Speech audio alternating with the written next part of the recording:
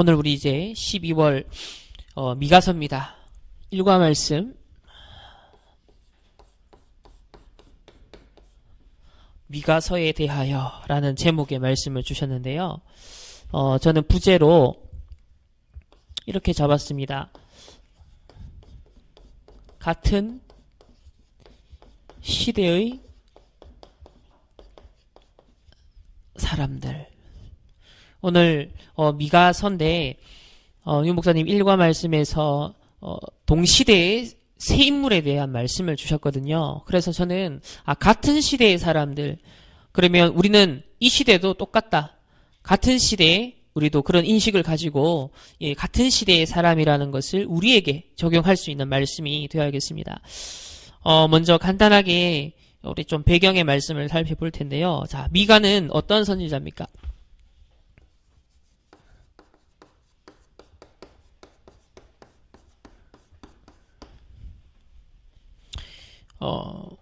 우리 그 선지자를 통해 하나님 주신 메시지를 정확하게 이해하려면은 그 시대 상황과 또 역사적 배경을 볼 필요가 있습니다. 이 미가 선지자는요, 일단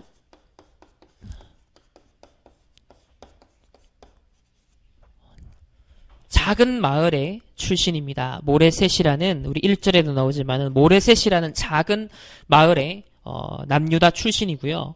그리고 동시대에 누구랑 같이 활동을 했습니까? 요담 왕과 아하스 왕, 그리고 그 이어서 히스기야 왕이 통치하던 그 시대를 살았던 인물이죠. 그리고 선지자로 말하면 북쪽에서는 호세아가 활약을 하고 있었고, 남쪽에서는 이사야가 예언 말씀을 이렇게 심부름하는 그런 시대였습니다. 그러니까 동력자가 있었던 거죠. 혼자가 아니라 이 미가나 호세아나 이사야가 이 동시대에 활동을 했던 그런 대표적인 선지자들이었습니다. 자, 그러면 이런 시대인데 대략 시기적으로 보면요, 정확하게 BC 739년에서 686년 대략 이 사이쯤에 우리 미가 선지자가 활동을 했다라고 알려지는데요. 자, 그럼 요 시기면 우리가 벌써 딱 캐치해야 될 것들이 몇 가지가 나오는데요. 자, 그러면 이 어떤 상황이냐? 주로 이 미가나 아니면 호세아나 이사야 선지자가 어떤 메시지를 던졌죠? 북이스라엘과 남유다를 향해서 이 복음을 놓치고 우상 숭배에 빠져서 이걸 돌이키지 않으면 결국은 우리가 멸망할 것이다. 포로로 끌려갈 것이다. 그러나 이것은 한편에선 하나님의 심판이지만 동시에 회복을 위한 것이니까 분명한 소망과 희망을 가지고 그렇게 인도받아야 된다라고 또 말씀을 주셨죠. 그래서 지금 이 시점은 722년 BC 722년이 언제입니까? 722년은 바로 북이스라엘이 멸망을 하는 아수르에 의해서 포로로 끌려갑니다. 자, 그러면 지금 미가 선지자가 요 시기에 활동을 했잖아요. 그럼 722년 북이스라엘이 멸망하는 것을 미가는 본 선지자인 거예요. 자기가 예언한 것이 실제 역사 속에 성취되는 것을 본 사람인 겁니다. 그러니까 먼 미래 얘기를 한 게 아니라 자기 당대에 곧 일어날, 자기가 현실 속에서 겪을 일을 얘기를 했던 선지자고, 또 그것이 실제 이루어지는 것을 목격한 선지자입니다. 그럼 느낌이 어떨 것 같습니까? 예를 들면 우리가 저 북한에 이렇게 하면 전쟁이 일어날 거다, 이런 재앙이 일어날 거다, 우리가 이제 메시지에서도 지금 많이 나오잖아요. 근데 그것이 실제로 북한에 큰 사건이 일어난다든지 뭐 전쟁이 일어난다든지 그걸 목격한다 생각해 보세요. 우리의 지금 적용해야 될 부분들을 한번 생각해 봐야겠습니다. 자, 그렇다면 자신이 예언한 말씀이 심부름한 그 메시지가 그대로 역사 속에 성취되는 걸 본 입장에서, 그래서 북이스라엘이 포로로 끌려갔어요. 그러면 이 미가는 어떤 심정일까요? 그럼 남아있는 남유다에 대해서는 어떠한 마음으로 심부름을 했겠습니까? 그걸 한번 떠올려 보세요. 그래서 굉장히 절박한 심정으로, 언제일진 정확하게 모르지만 뒤이어, 그렇다면 야, 이 남유다도 진짜 멸망하겠네. 분명 확신을 갖고 예언을 했겠지만 막상 자기가 이 아수르에 의해서 북이스라엘 멸망한 걸 봤어요. 그러니까 남아있는 남유다에 대해서 얼마나 절박한 심정으로 예언을 했겠습니까? 그러한 복음 회복을 위해 애쓴 선지자가 아니었겠나라고 저는 생각을 합니다. 자, 이런 그렇다면 이 한 달 동안 우리가 뭘 가지고, 미가의 심정을 가지고, 미가가 어떤 심정이었을까? 자기 나라 망하는, 자기 민족 망하는 걸 당연히 기뻐할 수가 없잖아요. 분명 하나님이 시키셔서 예언을 했지만, 북이스라엘이 망하고 남유다가 망하지만, 그러나 그걸 기쁜 마음으로 심부름을 했겠습니까? 절대 그럴 수가 없습니다. 얼마나 많은 안타까운 심정으로, 그리고 이 미가 앞서서 벌써 아모스 선지자 50년 전에 보냈죠. 자, 이 미가 선지자 앞에도 계속 선지자를 하나님이 보냈잖아요. 그러니까 그 안타까운 심정을 계속 전달 언약적인 한을 전달받은 사람인 거죠. 그러면서 그 후대들에게도 똑같이 그걸 남겨주는 선지자가 됩니다. 그래서 이 미가의 뒤를 이어서 누가 일어납니까? 예레미야가 눈물의 선지자가 일어나요. 이 예레미야를 통해서 누가 일어납니까? 다니엘과 세 친구가 언약 전달을 받습니다. 70년 뒤에 우리가 해방될 거란 걸 벌써 예레미야를 통해 다니엘과 세 친구는 알고 들어가요. 자, 이렇게 지금 보십시오. 역사적인 흐름을 쭉 보면서 미가가 대략 어느 정도 위치에서 이 말씀 심부름 했던 선지자인가? 오늘 2절 보십시오. 백성들아, 너희는 다 들을지어다. 땅과 거기에 있는 모든 것들아, 뭐예요? 자세히 들을지어다. 주 여호와께서 너희에게 대하여 증언하시되, 어디에서요? 성전에서 그리 하실 거다. 그 말은 뭡니까? 강단 메시지를 통해 하나님이 주시는 말씀을 뭐야? 자세히 들어라. 다 들을지어다. 성전에서. 우리가 정시 예배로, 정시 기도를 통해 하나님의 음성을요, 자세히 듣는 게 얼마나 중요한지 몰라요. 결론에서도 유 목사님 얘기했지만 결국은요, 묵상을 통해서요, 하나님의 세미한 음성을 들을 수 있는 묵상이 우리에게 얼마만큼 각인되느냐가 그게 답니다. 그 이스라엘이 결국 실패한 이유는 평상시 말씀을 쏟아줬지만 안 들어요. 각인이 안 돼요. 듣고 흘러가 버리는 겁니다. 그러니까 우상숭배에 빠질 수밖에 없었죠. 그래서 자세히 들어라. 다 들을지어다. 어디에서? 성전에서. 우리가 이 공예배를 통해서 하나님의 말씀을 자세히 듣는 것, 거기에 대해서 깊이 하나님의 의도와 심정을 헤아리는 묵상을 하는 것, 그것이 우리의 이제 현장에 돌아갔을 때도 매일 아침마다, 매일 저녁마다 그것이 되어지는 것, 여기에 우리가 이제 응답을 받아야 됩니다. 자, 그러면 이런 상황에서 세 인물에 대해서 살펴볼 텐데요. 첫 번째로 호세아와 이사야 선지자입니다. 자, 호세아는 어떤 선지자죠? 호세아 이야기는 우리가 익히 잘 알고 있는데, 호세아는 북이스라엘에서 어떤 심부름을 합니까? 하나님이 명령합니다. 너는 음란한 여자 고멜과 결혼을 하라. 자기가 사랑해서 연애를 한 게 아니라 하나님이 음란한 여자랑 창녀랑 결혼을 시키세요. 이 억울한 일이 어디 있겠습니까? 그런데 이 선지자라는 것은 그 시대에 하나님이 대표성 있게 세워서 그 시대의 문제를 또 고민하게 하는 또 그런 역할도 하게 하시기 때문에 이 호세아 같은 경우는 이 고멜과 결혼을 합니다.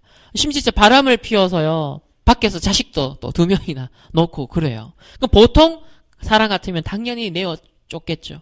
그런데요, 호세아가 내어 쫓지 않고 또 사랑을 합니다. 그 말은 어떤 메시지예요? 하나님께서 사실상 우리의 상태가 어떤 상태다, 이스라엘의 상태가 어떤 상태다, 고멜과 같이 음란하여 여기 집착 저기 집착, 이 관심 저 관심, 온갖 것들이 우리의 지정의가 분열돼 있고 세계관이 분열돼 있고 관심사가 분열돼 있고 그죠?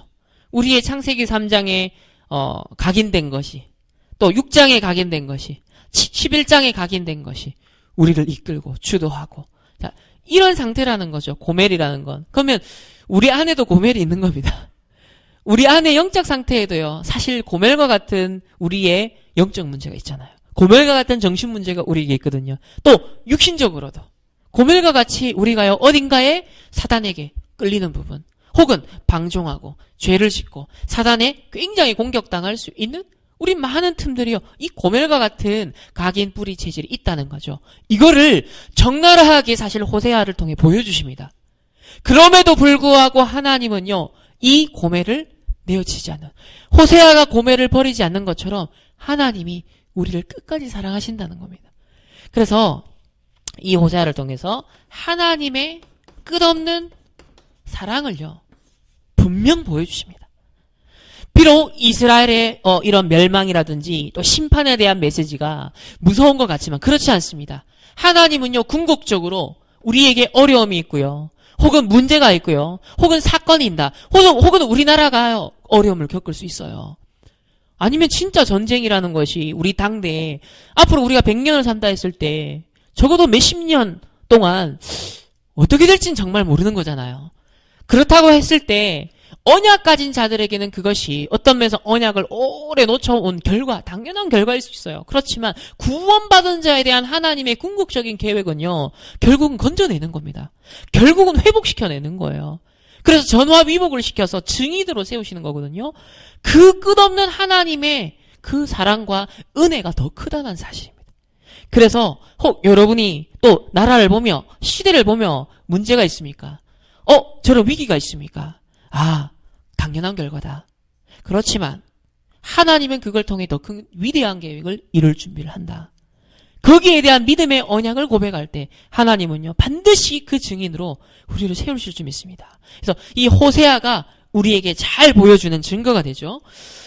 그래서 이 호세아 우리 그때 말씀 나눌 때 유 목사님도 강조했고요. 저도 그 부분을 강조했지만 호세아처럼 이렇게 당한 일은 뭐냐? 그 시대의 문제다. 우리가 어떤 큰 어려움을 겪었다. 그것은 그 시대의 문제로 인식하고 접근해야 답이 나온다. 그리고 거기에 대한 증인이 된다는 거죠. 그래서 시대의 문제와 답을 이 호세아를 통해서 우리에게 알려줍니다. 두 번째로 이사야는요.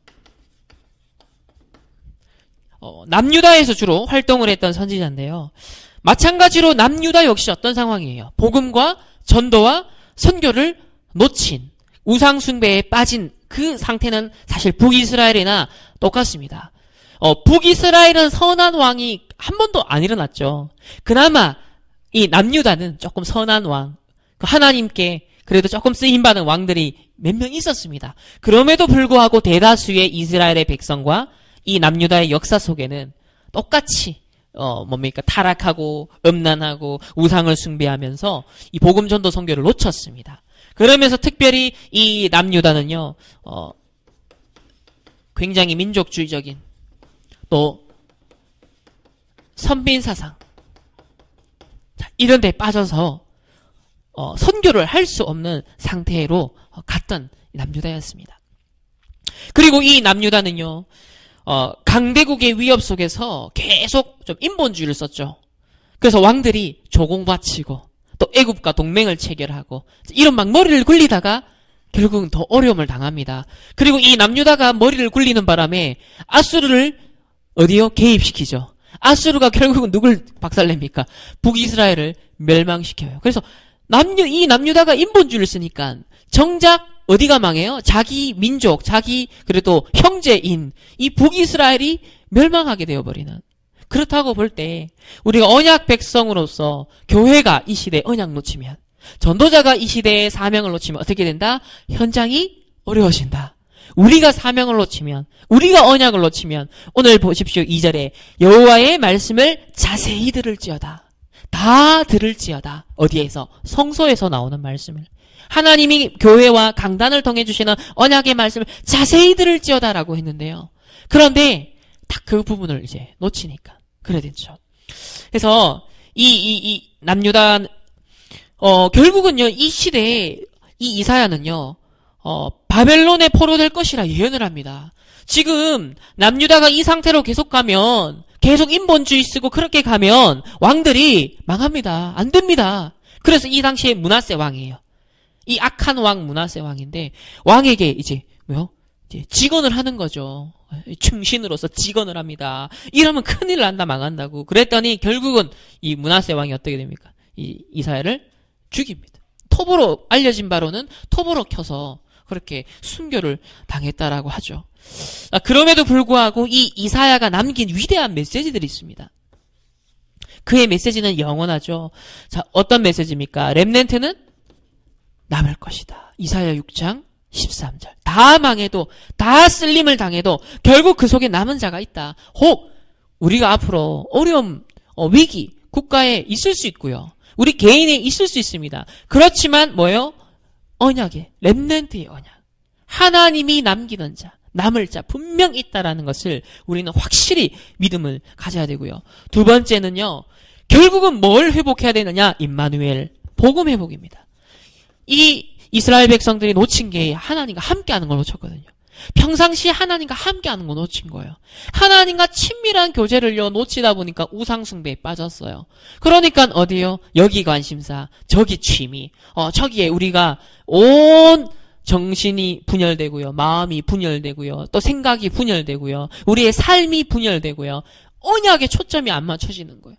실제 하나님께서 이루시고자 하는 세계복음화 언약을 이루는데 우리의 모든 에너지와 우리의 모든 육신과 정신과 마음과 모든 시스템이 총동원돼서 원네스돼서 쓰임을 받아야 되는데 마음은 여기 우리 지난주 봤잖아요. 생각 따로 마음 따로 실제 행동 따로 이런 상태 분열된 상태였잖아요. 그래서 이스라엘이 결국 임마누엘이라는 초점을 딱 놓쳐버리니까요. 이 어려움을 당했습니다. 자, 그래서 이 복음을 회복해라, 임마누엘 회복해라 라고 하시면서 다시 사명을 주시죠. 일어나라, 뭐해라? 빛을 발해라. 이는, 그죠? 내 빛이 이르렀고, 여호와의 영광이 네 위에 임했다. 보라, 어두움이 땅을 덮을 것이고, 캄캄함이 만민을 가린다. 그렇기 때문에 이제 일어나, 빛을 발하라. 너희들이 놓친 그 사명을 다시 회복해라. 이걸 주셨어요. 그래서 네 번째로, 62장에는 만민을 위하여 깃발을 들어라. 만민. 그러니까 완전 복음과 전도와 선교를요. 그러면서 렘넌트 언약까지 이 이사야를 통해서요. 완전 종합 선물 세트에 이사야서는요. 구약의 복음서라 그럽니다. 그 정도로 예수님에 대한 예언의 말씀도 풍성하잖아요. 자, 그러면 이 호세아와 이사야 선지자를 통해서 우리가 좀 살펴보았다면 그러니까 미가 선지자가 활동했던 그 당시에 호세아는 이런 메시지를, 이사야는 이런 메시지를 던졌다는 거예요. 같은 시대, 같은 상황에 대해서. 그러면 또 한 가지 한 명 살펴봐야 될 인물이 있습니다. 히스기야 왕입니다. 남유다에 그래도 손에 꼽는 하나님께 좀 쓰임받은 중요한 왕인데요. 우리 말씀을 하나 찾아보겠습니다. 예레미야 26장 저 앞에 쪽에 가셔서요.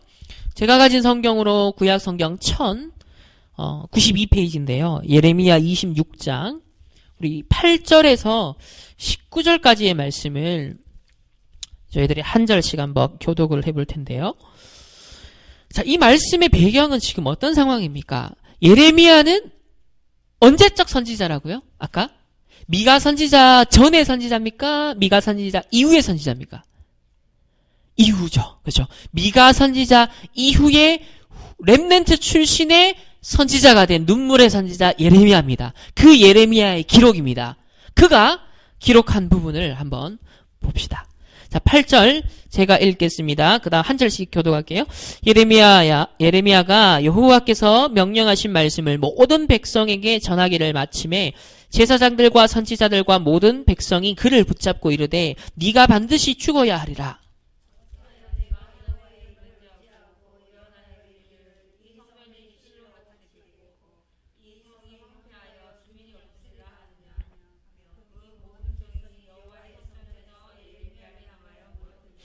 지금 연상되시죠? 박근혜 대통령을 퇴진하라라고 지금 전국에서 사람들이 막 토요일마다 모여드는 것처럼 지금 이 예레미야가요. 망한다 얘기하니까요. 무슨 소리냐 하면서 온 나라 백성들이 모여서 지금 예레미야를 끄집어내려고 하는, 성전에서 끄집어내려고 이제 하야시키는, 퇴진하라고 지금 운동을 하는 이 시위, 촛불 시위가 열리는 그 장면입니다. 유다의 고관들이 이 말을 듣고 왕궁에서 여호와의 성전으로 올라가 여호와의 성전 새 대문의 입구에 앉음에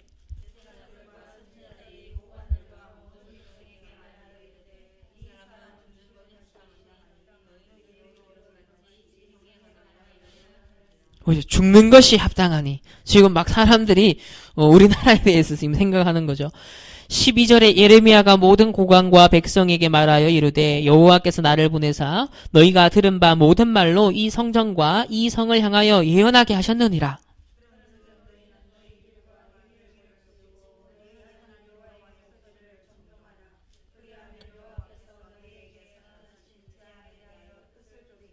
그러니까 계속 이 예레미야는 회개해라, 복음을 회복해야 된다라는 이 메시지를 던집니다. 근데 사람들은요 어떻게 반응하냐? 무슨 소리냐? 무슨 망하는 소리냐? 이런 이제 얘기를 하는 거예요. 14절에 보라, 나는 너희 손에 있으니 너희 의견에 좋은 대로 옳은 대로 하려니와.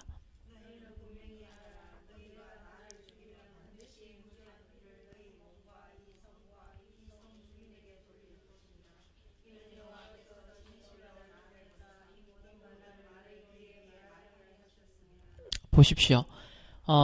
전도자를 통해서 여호와께서 진실로 나를 보내사 이 모든 말을 너희 귀에 말하게 하셨습니다. 아까 미가에도 뭐라 했습니까? 성서에서 나오는 하나님의 말씀을 자세히 귀 기울여서 다 들어라 라고 말씀을 했고요. 그 후대 선지자인 예레미야 역시도요, 지금 이미 북이스라엘은 벌써 앞에 망했고, 이 예레미야는 결국 당대에 뭘 겪는 사람이죠? 남유다가 멸망하는 것을 겪는 선지자입니다. 그러니까 미가는 북이스라엘 멸망을 겪은 선지자, 예언하고 실제로 그걸 본 사람.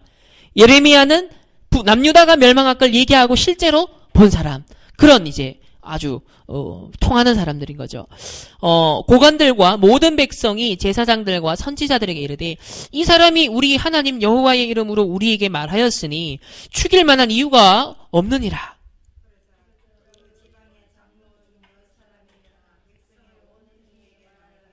우리 다 같이 2절 읽겠습니다.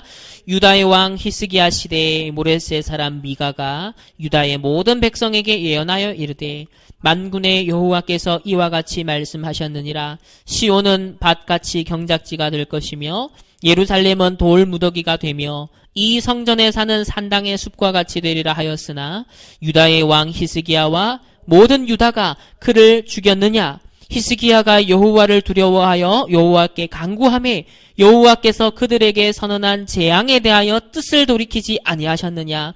우리가 이같이 하면 우리의 생명을 스스로 심히 해롭게 하는 것이니라. 아멘. 어떤 장면인지 이해가 되십니까? 조금 복잡하게 보일 수 있는데요. 이런 장면입니다. 자, 지금 예레미야를 사람들이 막 죽이려고, 하야시키려고, 퇴진시키려고 촛불 집회를 하러 모였어요. 막 들끓고 있는 장면이에요. 그래서 예레미야가 자기 변호를 합니다. 하나님이 지금 이런 나는 심부름을 시켰다. 우리나라가 회개하지 않으면, 복음 회복하지 않으면 우리 민족은 결국은 멸망을 당하게 될 것이다. 라고 계속 얘기를 하니까 지금 이제 그 중에 그래도 좀 하나님 예비한 사람이 있는 거예요. 그 사람들 중에서 이제 장로들이 몇 명이 얘기를 합니다. 옛적에 우리가 한 몇십 년 전인 거죠. 몇십 년 전에 이 미가라는 선지자가 똑같이 이랬었다. 그런데 이 얘기를 누가 들었냐? 히스기야 왕이 알아들었다. 그러고 난 다음에 이 히스기야 왕을 통해서 종교개혁이 일어나죠. 종교개혁을 한 것으로 말미암아 어떻게 됐다? 재앙이, 멸망이 미루어집니다. 한 세기가 미루어집니다. 너무 중요한 거죠.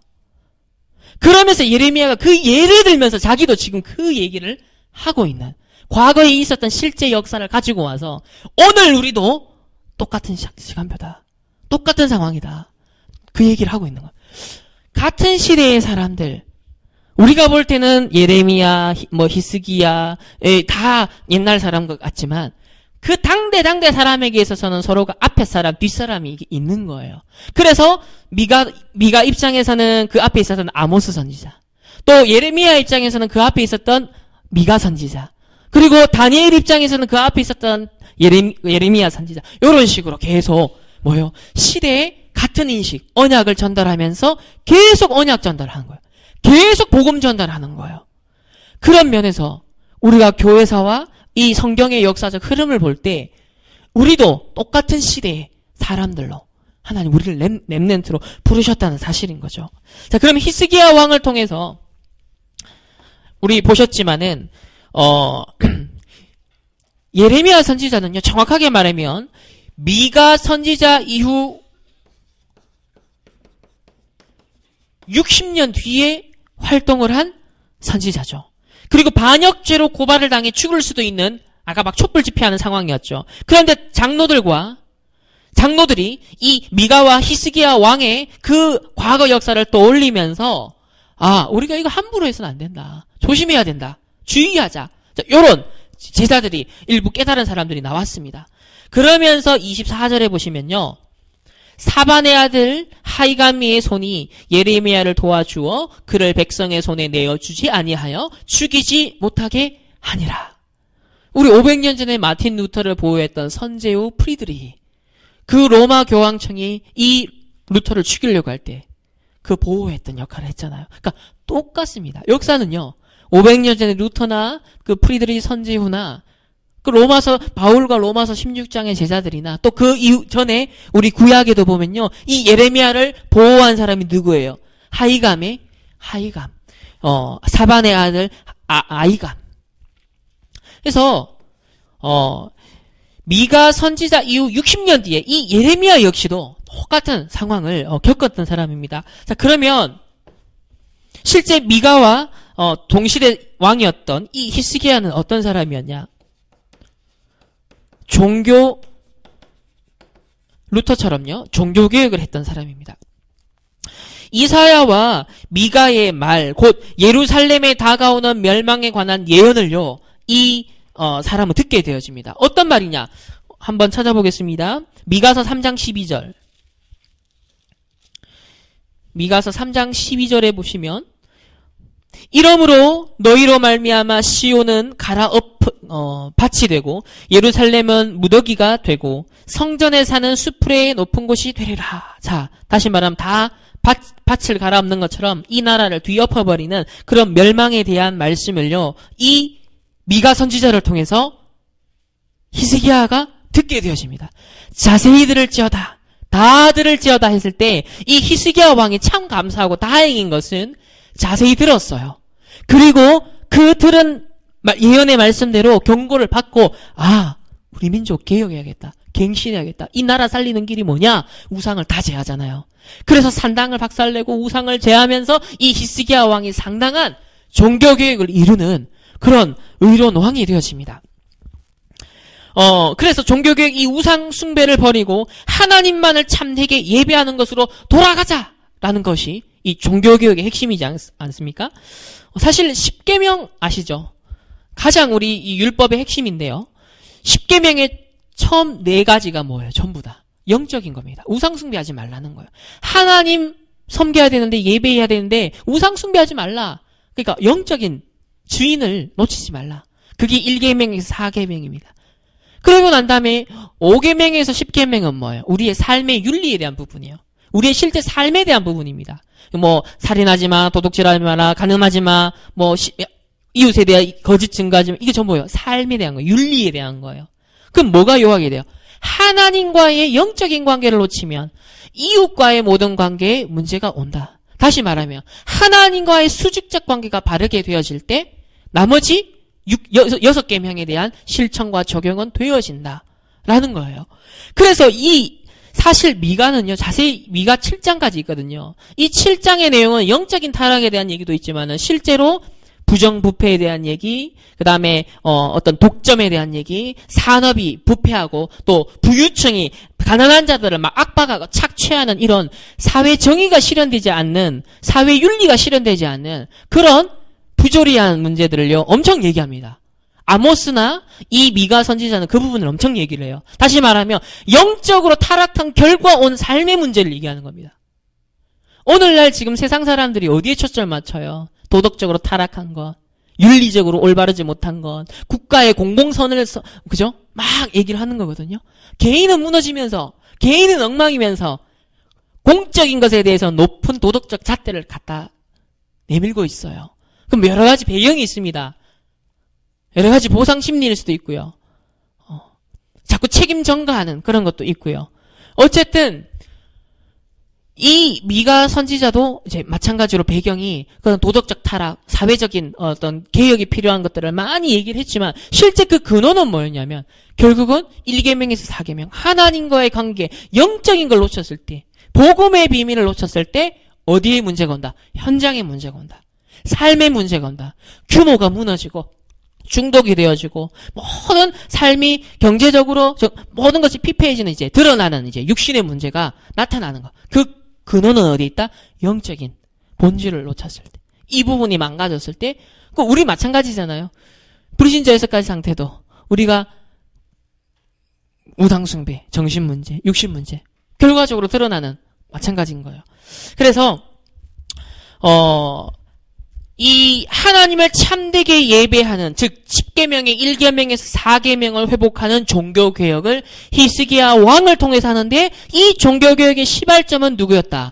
미가의 메시지였습니다. 자세히 들을지어다, 다 들을지어다 라고 하면서 이 복음 회복에 대한 미가의 메시지를 딱 듣고 이렇게 하지 않으면 이렇게 될 것이다. 아, 그렇구나. 그래서 종교개혁을 하게 되어지면서 오직을 결국은요, 핵심은 이겁니다. 종교개혁의 핵심은 오직으로 돌아가는 거예요. 루터가요, 회복한 게 이거거든요.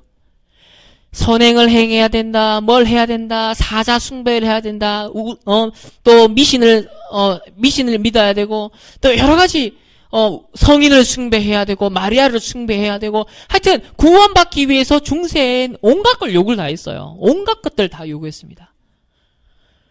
그런데, 루터는요, 뭐예요? 아니다. 구원은 믿음으로, 하나님의 은혜에 의해 믿음으로 말미암아 받는 것이다. 이신칭이. 그래서 오직 복음으로 말미암아 우리가 의인이 된다. 믿음으로 말미암아 의인이 된다라는 이 오직을 회복한 개혁이었잖아요. 마찬가지로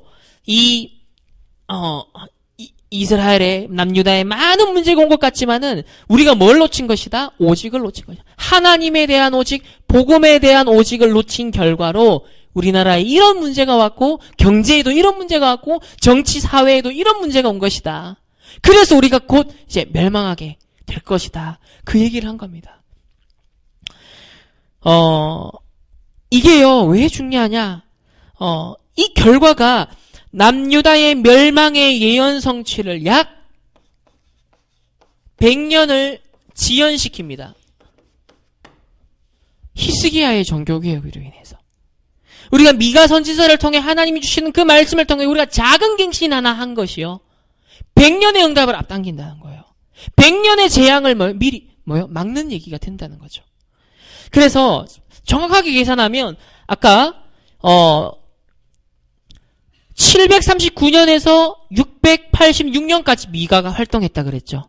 그리고 북이스라엘은 722년에 멸망을 합니다. 남유다의 멸망은 언제입니까? 정확하게 586년입니다. 미가 선지자의 활동이 끝나고 100년 이후 남유다가 망합니다. 사실상은 남유다도요, 원래 바로 망했어야 돼요. 아수르가 쳐들어왔을 때. 18만 5천 군사가 쳐들어왔을 때 원래 그 아수르에 의해서 북이스라엘도 망했고 남유다도 망했어야 되는 게 원래의 상황이에요. 그런데 종교개혁을 하고요, 미가 선지자를 통해 하나님 주신 메시지를 조금 회복했어요. 조금 갱신했어요. 그러니까 멸망이 100년 연장이 됩니다. 그렇다고 볼 때 우리가 이 민족을 놓고 나라를 위해, 저 북한을 위해서 완전 재앙과 전쟁을 막을 수 있겠냐? 성경은 분명 말세 시대에 재앙과 전쟁을 예언을 하고 있는데, 그러나 세계 복음화를 확산시키고 세계 복음화를 빠르게 이루는 데 있어서 우리에게 확보할 수 있는 시간은 필요하거든요. 만약에 만약에 내년에 전쟁 나본다 생각해 보세요. 그럼 세계복음은 언제 되겠습니까? 기반 시설 다 파괴돼요. 우리가 활용할 수 있는 비행기도 없어요. 얼마나 세계복음화 더디겠습니까? 근데 끝은 언제 와요? 복음이 전파된 후에 끝이 와요. 그럼 이렇게 교통과 통신과 모든 게 발전되어 있는 최상의 컨디션을 가지고 복음을 전하는 게 훨씬 주님의 재림을 앞당길 수 있는 겁니다. 얼마나 고통의 때를 줄일 수 있어요? 환란의 때를 줄일 수 있습니까? 이게 굉장한 겁니다. 그렇기 때문에 우리가 재앙을 딜레이하는 건요, 굉장히 중요해요. 왜? 상당한 많은 곳에 복음을 전파하기 있기 때문에 많은 유용한 도구들을 활용해서 세계복음을 앞당길 수 있어요. 그런 면에서 여러분 굉장히 역동적으로 우리의 삶을 살아야 됩니다. 우리가 하루하루, 그래서 삶 오늘인 거예요. 내가 어느 시점에 지금 사는 인간인가를 보셔야 됩니다. 역사의 전체 반복되어지는 흐름 가운데 우리는 지금 어느 시점에서 사는 사람들인가, 그리고 어떠한 시대를 살아갈 사람인가를요, 우리가 알고 있는, 깨어있는 이 역사의식이 있다는 거거든요. 그게 있어야 뭐가 나오냐면 오늘의 말씀이 나오는 거예요. 오늘의 기도가 나오는 거예요. 오늘의 전도가 의미가 있는 겁니다. 오늘의 공부가 의미가 있는 거예요. 그게 없으면은 늘 그냥 언제까지만 이 상태가 유지될 줄 알죠. 지금 이런 대한민국의 상황, 이렇게 우리가 누리는 모든 육신의 아늑함을 늘 누릴 수 있을 거라고 우리는 생각을 합니다. 1차 대전이 터지기 전 모든 사람들은요, 최고의 낙관주의적인 생각을 갖고 있었습니다. 이렇게 되면 유토피아가 될 거라는 생각을요, 18세기, 19세기, 20세기 초반까지 사람들 다 갖고 있었어요. 아무도 부정적으로 생각하는 사람이 없었습니다. 그런데요, 그게 그렇게 지속이 안 되는 거예요. 그래서 이 히스기야 왕과 미가의 공동의 사역을 통해 이루어진 멸망의 지연, 그 사이에 확보된 시간에 상당한 언약 전달을 후대들에게 할 수 있었던 그런 배경에서 누가 나와요? 예레미야가 나오고 다니엘이 나오고 세 친구가 나오는 겁니다.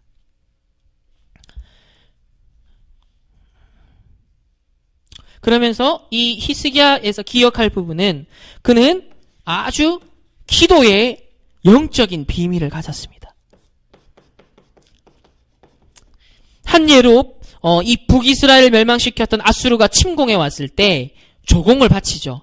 그러나 도저히 이 조공을 바칠 수 있는 상황이 안 돼요. 결단 내립니다. 그랬더니 아수르가 18만 5천을 끌고 쳐들어옵니다. 죽이려고. 그때 뭐예요? 딴 거 없습니다.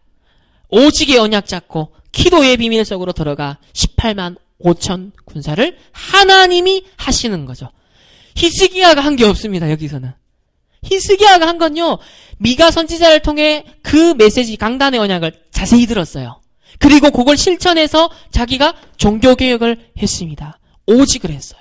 그러면서 적군을 없애는 건요, 자기가 한 게 아니에요. 하나님이 하시는 거예요. 우리 현장의 응답, 여러분 산업의 응답, 여러분 학업의 응답, 인간관계의 문제, 우리나라 국가의 문제, 우리가 할 수 없잖아요. 야, 진짜 어제는 얼마 나왔다고? 232만? 전국 집산? 진짜인지 아닌지 모르겠는데 어쨌든 200 몇십만이 나왔다 언론에서 떠들어대더라고요. 우리가 지금 이 시대의 흐름을 바꾸겠습니까? 우리가 말을 해가지고 글을 써서 어떻게 바꾸겠습니까? 안 돼. 이게 사람들의 생각을 지금 정말 어떻게 할 수 없는 상황까지 왔습니다. 와, 이거 말고는 안 되는 거죠. 진짜 하나님이 역사하셔야 된다. 정말 하늘의 천군 천사가 동원되어야 된다.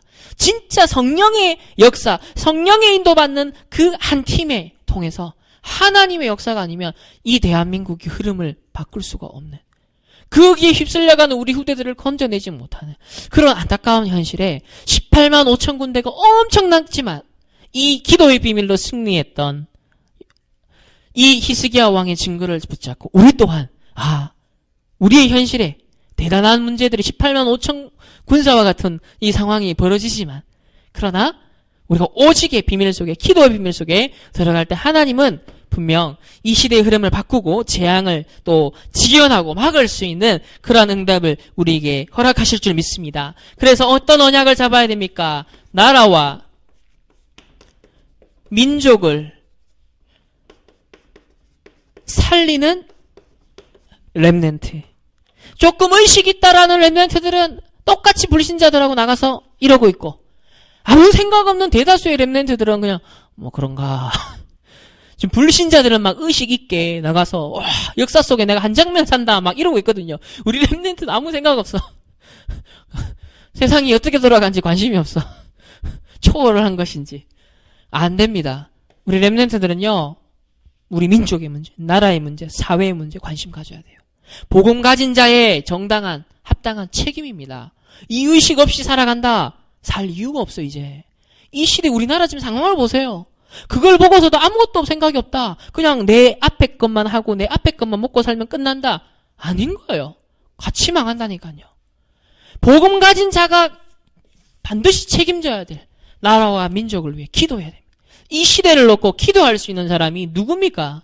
이 오직의 비밀 가진 기도의 사람이 18만 5천의 흑암을 꺾을 수 있기 때문에 우리나라 우리 대통령을 위시해서 정부, 국회, 각계각층의 지도자들, 엘리트들, 교수들, 언론인들 거기에 역사하는 모든 12가지 저주재앙은 무너지고 하나님 그 현장에서 렘넌트 일어나게 해달라고, 복음 운동 일어나게 해달라고, 정말 회복하는 전도 선교 하나님 이 비밀하는 자들이 일어날 수 있도록 우리는요 깨어 기도해야 됩니다.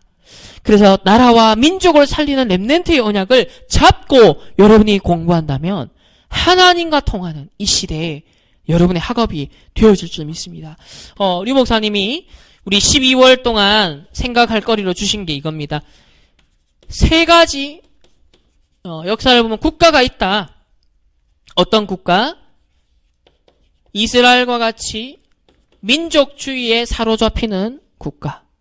또 아수르와 같이 강대국으로서 다른 나라를 점령하고 침략하는 패권주의 국가. 우리도 다 겪었잖아요.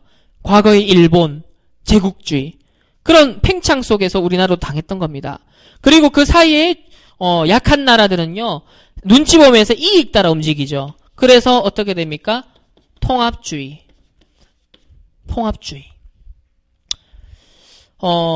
우리나라의 지금 민족주의. 지금 우리가 자꾸 분열하니까요. 어떻게 돼요? 외부에서는 우리나라를 이용을 해서 뭔가 국제 패권을 질 수 있는 하나의 거리가 될 수 있는 겁니다. 우리가 힘있게 단결되어 있으면요. 중국도 못 건드리고요. 미국도 못 건드려요. 그런데 우리가 내부적으로 자꾸 분열하잖아요. 그러면 적들이 볼 때는요. 외부 세력이 볼 때는요. 자기네들의 동기를 성취시키기 위해서 이용을 할 수 있는 발판이 됩니다. 그게 무서운 거예요. 예를 들면 일본은 미국은 쇠퇴하는 패권, 중국은 일어나는 패권, 러시아와 중국은 하나 되어 있고 일본과 미국은 하나 되어 있고 일본은 다시 재기하려고 끊임없이 노리고 있고 자 각자의 또 그러면서 서로의 영토 분쟁이 또 있어요. 역사 문제가 또 있어요. 자 이런 앞으로 21세기 패권을 두고서요. 이게 어떻게 불똥이 뜰지 모르는데 이게 안정적으로 유지가 되면 저러고 눈치전만 펼치죠. 그런데 어떤 한 곳에서 굉장한 변화가 일어나면요.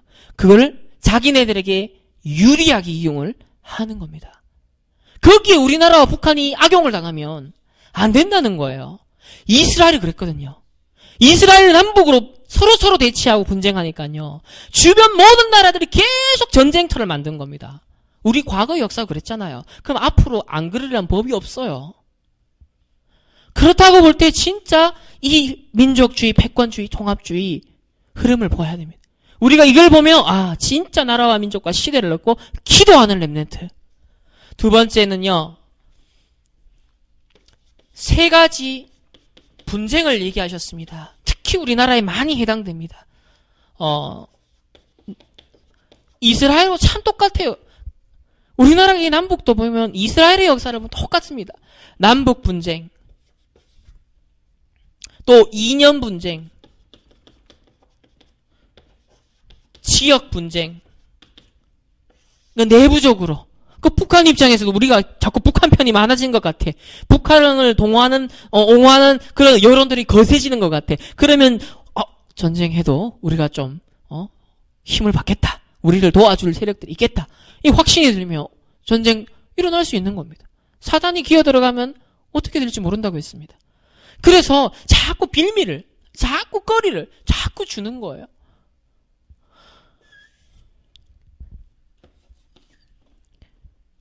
그래서 세 번째, 이 모든 것이 사단의 작품이라고 했거든요. 이것이 사단의 작품인 것을 알고 렘넌트는 세 가지 사명을 가져야 된다 했습니다. 어떤 사랑이요? 복음을 이해한, 구원을 바르게 이해한 영혼 사랑.